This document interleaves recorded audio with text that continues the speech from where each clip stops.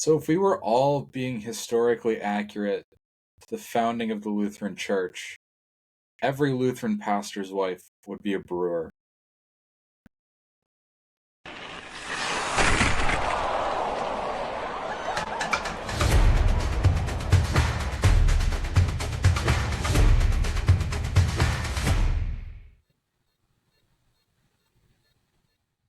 Josh looks confused. Welcome to another episode of Cross Checking. I'm Pastor Ben your mic Olschlager. switched to something. What? You got loud and started beeping on my end. I don't know if it's going to make it into the recording or not, but Well, we'll see what happens. Welcome to another episode of Cross Checking. I'm Pastor Ben Olschlager here I'm in Pontiac, Michigan, but in beautiful, warm, humid Michigan. With me again, as always, is Pastor Josh Laborious in probably even warmer, even more humid Friendswood, Texas. I know I was looking at national forecasts this week, and we're actually one of the coolest places in the country, it seems. Like right now, it's only like 80, high 80s today. And anyway, I think we're in the same ballpark today. Monday, Tuesday were just melt your face off here. It was like mid 90s with a humidity around 90%. Good. Yeah. The kind of thing that you see normally in like the Houston metro or in New Orleans, Louisiana, or that part of the country. Yeah, when you live right off the soup that is the Gulf of America. Yeah, I'm still not used to that yet. It doesn't roll off the tongue the same way. It doesn't. No. Yeah. Anyway, we named it after an Italian. Is what we really did. That's a deep cut. That's a deep cut right there. If you don't know who Amerigo Vespucci is, go look up a Wikipedia article. So today we're going to just have a short episode. Josh and I are recording this, attempting to both survive Vacation Bible School this week, and to save ourselves some energy / time / I don't know, whatever else, sanity that we have left. Bold of you to assume that either of us have sanity left. We do. There's just not much. We're going to make this kind of a quick episode, so sorry if you were expecting something longer. And it's also a little bit fun. We're going to start with a warning, but it's a little bit fun. So I joked in the open that if Lutheran pastors were being historically accurate, their wives would all be brewers. And that's a reference to the fact that Luther did drink a lot of beer, mostly because the water was unsanitary and he didn't want to die of dysentery. An admirable goal, I think. Yeah, I figured as much too. And not killing your house guests of dysentery either. Also, it's just a thoughtful thing to do. Yeah. And also, by way of the beer, it was like 2 to 3% alcohol tops. So we're talking like, I think this is still the case in Minnesota. In Minnesota, the strongest alcohol that a grocery store can sell without a specific separate liquor license is 3.2% beer. We're talking weaker than that. So for anyone that grew up in Minnesota and knows what 3.2 beer is, yeah, Luther's was even weaker than that. Anyway, so that kind of started a tradition of a lot of beer and alcohol being consumed by Lutherans, and some of the things that kind of came out of that are good. We'll talk about those later. But first, we want to start with a warning of alcohol can easily become a sin and a sin problem. Paul talks about it in 1 Corinthians 11 or 12 when he's talking about communion, and there were people drinking the blood of Christ to their detriment because they were getting drunk off of it. Don't do that. And then alcoholism, also a problem. God rescues you from your sin so that you can be free. You do not need to bury said guilt of sin with alcohol. If that's where you're at, go talk to your pastor and kick that habit. That is not godly. We want to see you do better. We want you to know the love of Christ in a way that you don't feel like you need to bury that. But all that being said, unless, Josh, do you have anything else you want to add to that before we jump into the other stuff? Ladies and gentlemen, I'm fairly certain we have a full episode on this kind of stuff all the way back in season 1. I think I'm do somewhere. But sometimes the question that comes up with Christians and alcohol use, especially if you're in the South where there are a lot of church bodies that are kind of teetotalers. Yeah, they're anti-alcohol at all. The question is where's the line? And I think the most helpful way to think about it is in terms of actually the fruits of the Spirit, because one of the fruits of the Spirit is self-control. Mm-hmm. So where is that line? It is when you lose your self-control. So having a drink or two, fine. Having enough that you're saying things you shouldn't, you're doing things you shouldn't, okay, now we've crossed the line because you've lost your self-control.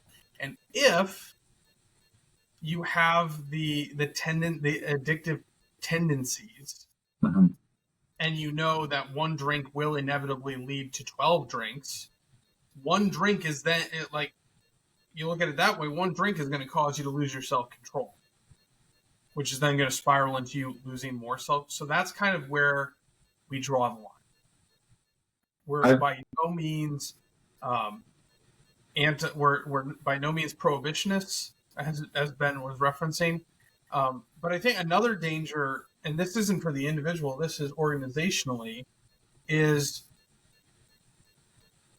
sometimes we lean into it because we see some, and we're going to talk about these events that incorporate alcohol for one reason or another, and we see some success because with the cultural stuff that is built up around alcohol in America, it can be a draw. Mm-hmm. And we can't let it, you can't let it get to the point where for the organization to have a social event, there has to be alcohol. Because that is, I guess that's an organizational addiction to alcohol. Which is a separate issue. So, those are kind of, when we talk about the dangers of this part of, we'll call it the Lutheran identity, those are the two dangers I'd see, is individuals going too far with alcohol, but then also organizations going too far with alcohol. Yeah, I think those are both incredibly fair concerns. So it's worth us kind of keeping that in mind as we dive into the rest of this. But from there, I think there's plenty of kind of fun and interesting things that do include, like I said, alcohol in the kind of in, not necessarily in the identity, but in the history of who Lutherans are, in a good way. So, for example, communion, it's not absolutely universal, but there are a lot of Lutheran pastors who are very much, it says wine, we should have wine in our communion. And I think that's good. Because, if Jesus did it with wine, let's not pretend that he did it with something else. And I think that shows that we take Scripture seriously, that we have our communion with wine. So take that, Baptists. Stop using grape juice. Y'all need to get better. Hold up. I think there is space for, I think we just use white grape juice at Lutheran communion because of the exact reasons, if you're a recovering alcoholic or you're allergic, that's a good enough reason for me to say we're going to use. I know people will say, oh, you could get non-alcoholic wine. That doesn't seem like good stewardship because that stuff is wildly expensive. It is. And personally, I remember Ken Burris in one of our seminary profs saying, if you're really concerned about it, mash up some grapes the night before communion, set them out on the counter and let them ferment for 24 hours. You're going to have 0.00001% alcohol, in your grape juice, but it'll be there. And I feel like at my church, at least, our altar guild sets up for communion the night before. So I feel like our grape juice is like even the grape juice is maybe a little bit ever so slightly fermented. Like, it's wine at that point. Let's be honest. And yeah, if we're drawing a distinction, I know it's not. Yeah, yeah. it is what it is. Anyway, I do think though that it is cool that we use generally that Lutherans use wine for their communion practice because again, taking the words of Scripture seriously is good. Okay, this is driving me nuts. Ben, do you have a heart rate monitor attached to your?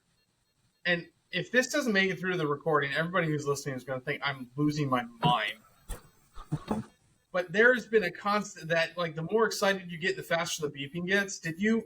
I have no clue what's happening. I'm gonna turn my mic off and turn it back on again. We'll see what happens. How about now? No. Is it gone? No. Okay. It didn't even take a break. Sorry, guys. We're technology troubleshooting live on whatever you did. I'm for the. So much more aggressive. It's more aggressive. It stopped for a second, then it was. Oh. I really hope this makes it through to the recording, so people don't think I'm just insane. Yeah, what Josh doesn't know that secretly figure out how to do this. The person who is bothered by all the chaos behind us in these shoots has finally planted something in my office to drive me insane as vengeance. Oh, no, it's gone. It's gone. Is it back? Yeah. Okay. It has something to do with my mic. And then you go black, and then it's back. So it's it has something to do with my mic because every time I unplug it, you say that it's better, but I don't have another way to record sound, so you got to deal with it today. That's fine. You can have a drink after we're done. Welcome everybody to this episode of Battling with Technology. I'm your host, Derpy Mick. I don't know. That's a great name. So Derpy. Other things that kind of alcohol as it connects to ministry. There are some things that we do that are connected with kind of our identity, our heritage, that I think are fine and they're productive. Mm-hmm. The two that come to mind, one Ben mentioned, and I'll kind of let him run with it, but you'll see a lot of Lutheran, especially younger Lutheran pastors, they'll go meet people they'll do like Bible studies in bars. Mm-hmm. And there's always some sort of alliteration with Bible, bar, or beer. Yeah. And it's not or brew. Or brew. It's too on the nose. You should call it Stilly Ducklings Cross the Street or something instead. And that's your Bible study that meets in a bar. You silly little gooses. Anyway, here's how you tell if your sign is cheap. So you have that, and I think the advantage to those is sometimes there are people who will avoid Bible studies or small groups because they feel like there's going to be the self-righteousness and holier than thou, and they feel like they're going to be judged. But when you do it in a setting like a bar, I think it takes some of that perception away. Mm-hmm. Of like, oh, these are just regular folks. Now, and I think you can accomplish the same exact thing meeting at someone's house or meeting somewhere like that. Coffee shop, I feel like, doesn't really help undercut that as much. I feel like there is something slightly less threatening to a brewery, even than a church. Yeah, I think there's something less threatening, even at a brewery, than at somebody else's house. I don't know. I think you're right. I don't know about you, but like meeting in a public space where like there's a level of decorum that's way more casual. People are in someone's house also. Yeah, yeah.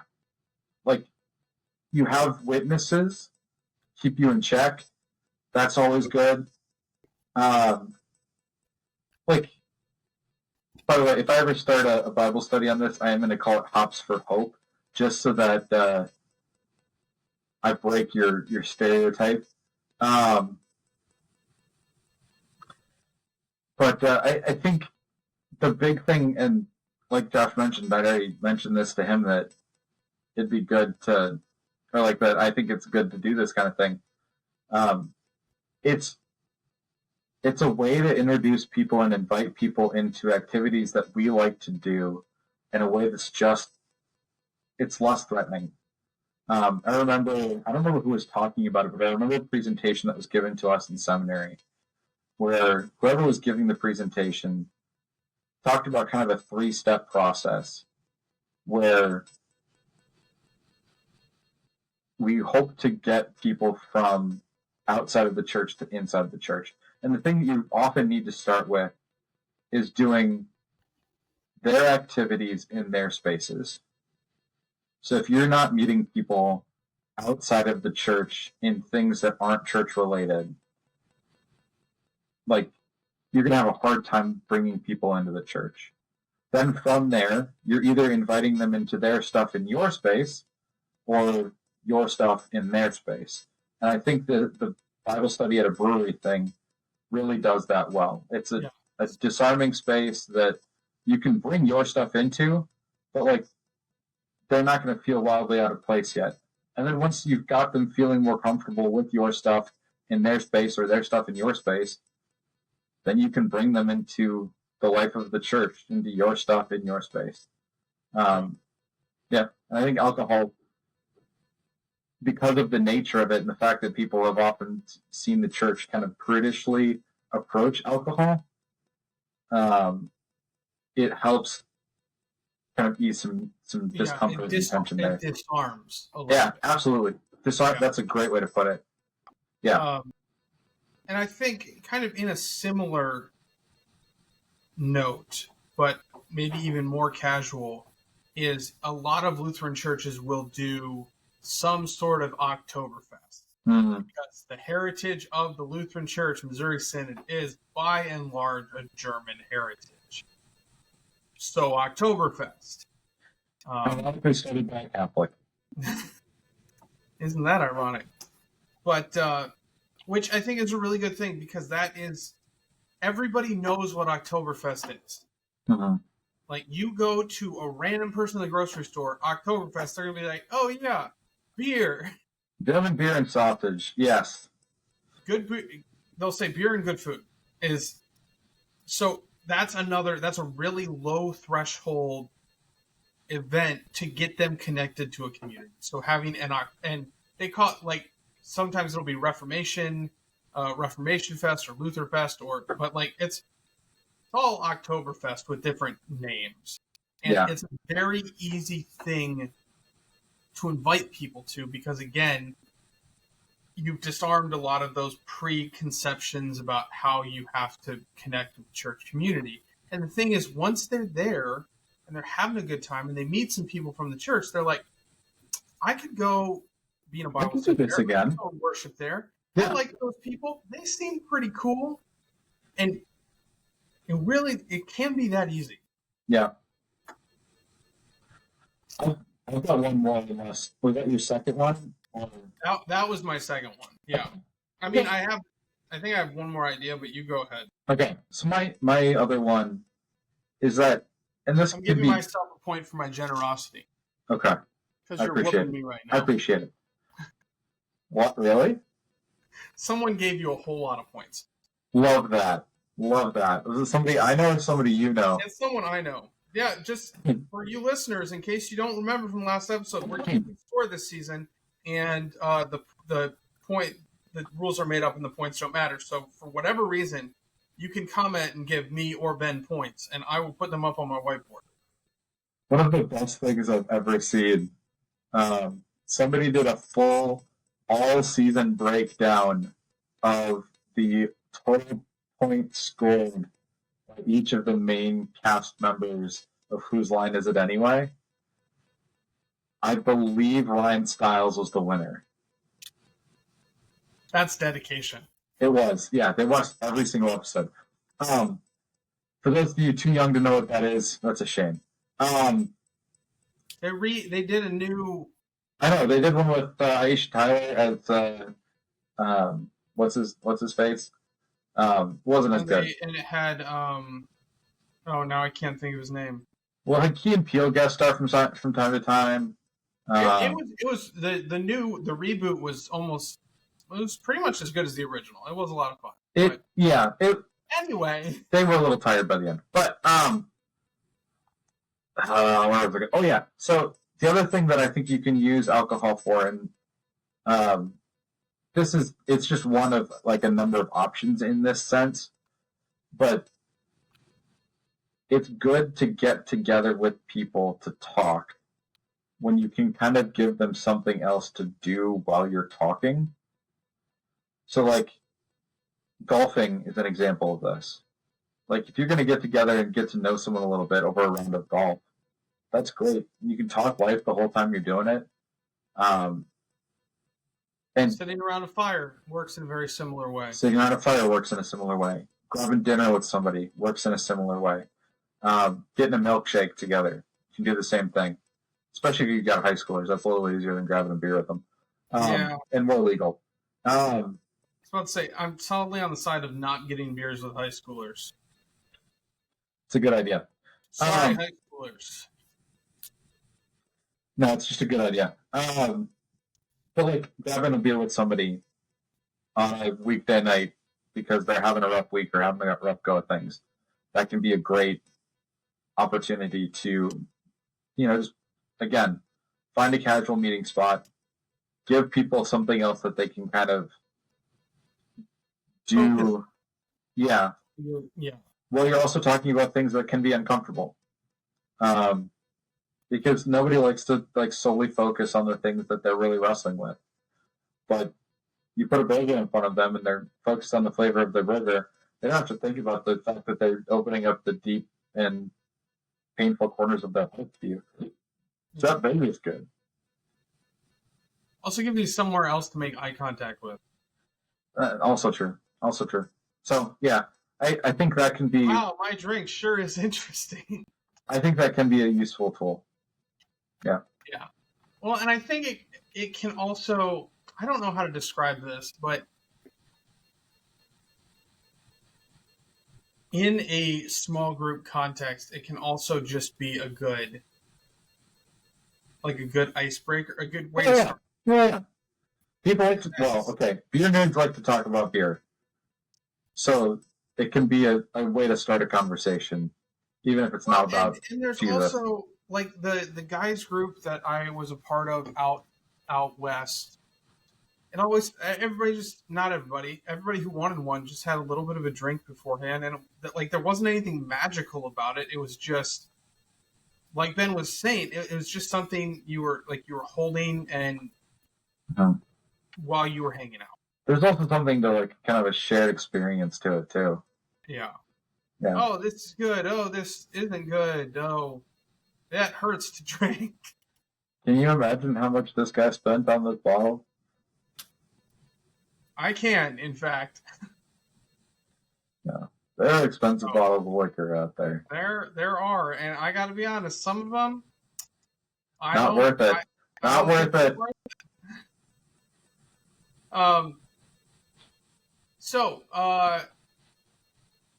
It can be a good tool. We'll call it a tool for ministry. But like we said at the beginning, you just have to make sure that no one, either individually or organizationally, is making it bigger than it should be, I think is a way to phrase it. Before we get to takeaways, though, Ben, I think, we're talking about alcohol and drinking. I think let's share what's your favorite beverage? And is there, if it's beer or whatever, is there a specific... I'm trying to help you out. If you're a member of Ben's congregation listening, you now have a potential gift idea to get him for whatever reason you might be getting him a gift. So what's your favorite kind of adult beverage, and what brand of that kind is your favorite? You want to go first? If you're not ready, I can go first. I mean, I'm trying to kind of think through if there's specifics that I want to give or not. Okay. But go ahead. So for a long time, my favorite was rum, and that's because it tastes good, and it's not fancy. It's not a pretentious beverage, because the the $10 bottle, it tastes almost the same. Like, rum doesn't have a big, fancy, expensive version. Then I've been exposed to more. I like rum. My favorite kind is Baron Samedi, and if you can get your hands on a bottle, it's a collector's item now because the distillery shut down.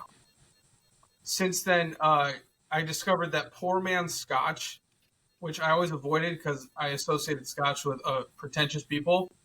The cheap stuff is actually really good because it has a smoky flavor. So cheap Scotch. But all this changed. My brother-in-law was in town for a week, and he found it's a Texas whiskey called, the distillery is Andalusia, and the specific, it's a Striker whiskey. And it's whiskey that is smoked in like smoking wood, so like cherry, apple wood stuff. I don't remember which ones it is, hickory, stuff like that. The stuff you would use for barbecue, it's smoked with that the same way that Scotch is smoked with like peat. And holy crap, that stuff is so good. It's like barbecue in a bottle. Oh man. So if you ever want to make my day, you drop one of those bottles off, and I will be a happy camper. Just don't do it all at once. Coordinate your gifts so that Josh doesn't become an alcoholic. Yes, we're actively avoiding that. Yeah. All right, Ben. What about you? So my taste in beer. Hold on. I'm getting something. Ben really likes light beer, and his favorite kind is natural light. Good try. I do have a favorite cheap beer. Hams, because we can't do this podcast anymore if you say that. No, PBR. Classic. Yeah. But I generally don't go there. If I'm gonna go have a beer, I rarely ever drink a beer just on my own. I like a good beer, but it feels like it loses something when you're not out with people sharing one. I would agree with that. Yeah. So I don't tend to drink a lot of beers on my own. So if you want to like take me out for a beer, I would love that. You don't necessarily have to go get me like a 6-pack of anything. Just let's go grab a beer together. Although, let's be clear, it would be cheaper for you to get the 6-pack and then just meet somewhere. Also true. We could do that. I'm also game for that. I really like Fillmore 13 Brewery here in Pontiac, or Home. Local beer. I like when people do local stuff. I think it's cool. So, if you want to go grab a beer, talk to me. Let's go do it. We'll be reasonable. That's all I got. I feel like those are empty netters too. Yeah, well, and the thing that I led into it with, because I think that's a summary of what we were actually meant to do today. That's fair. Alcohol can be a tool to enable ministry in some spaces. You have to be careful with it, because it's also very easy to take it farther than you should. Yeah. Oh, I guess I'll leave one more kind of fun comment. So remember how I mentioned, like, Luther loved to greet his house guests with a pint of beer? Oh, before you say your thing, public service announcement. If you live in a dorm, don't brew, because that stuff stinks, and not everybody wants to smell your stupid stuff, okay? Also true. Continue, Ben. One of my favorite facts about beer is that until, like, a couple hundred years ago, 95% of beer produced and consumed in Europe was made by monks, pastors, and their families. Like, those are the people that had the time and the resources to make beer, so they were the ones that made beer. Hope Lutheran Church Distillery opening soon. I'm kidding. I mean,